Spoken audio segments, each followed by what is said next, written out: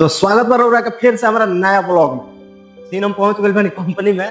तो लोग एगो चीज दिखाओ तनी, ब्लास्टिंग। का गांव के लोग शायद इतना ना जानते जे लाइन में रहल जानते ब्लास्टिंग का काम। आई हमने के ब्लास्टिंग एरिया है में घुसला के बाद भूते बन जाला आदमी। पूरा खाली धूरा फाके के पड़ेला। आ तरह के दिखाओ तनी कौन माटी। और ये माटी से ब्लास्टिंग माराला लोहा के। तो कितना मेही बा। यही सब ब्लास्टिंग मारा पूरा रखल बा है ना। ओकर मशीन है सब।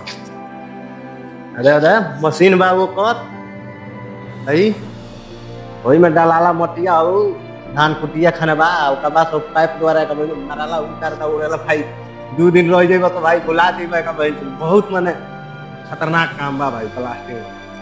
बहुत खतरनाक यो देखा ना यो ब्लास्टिंग वाला एकरा अंदर पूरा ऐसा माटिया रखल बा एकदम में जंत्र का रहला। इतना खतरनाक हो ना वो मटिया इतना के रखा होता है। सरसों के दाना खाने का वही चीज में रहला कुछ है बहुत पर लात बिखरेला। ये आँखी में अगर लग जाओ मारत भर में ब्लास्टिंग मारा तो ओकरा आँखी में घुस गई लाग गई तो सोचा आँख भड़किए जे अपना गोली खाने का जो मारेला तर तर तर तर तर तर तर बहुत खतरनाक चीज है देखा ना पूरा एहू जगह बनावल बा सब हेमे अंदर माराला।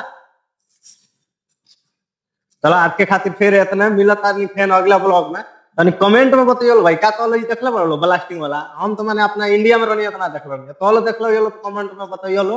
आ तनी वीडियो के भाई शेयर कर दलो हमको फॉलो कर लो भाई प्लीज।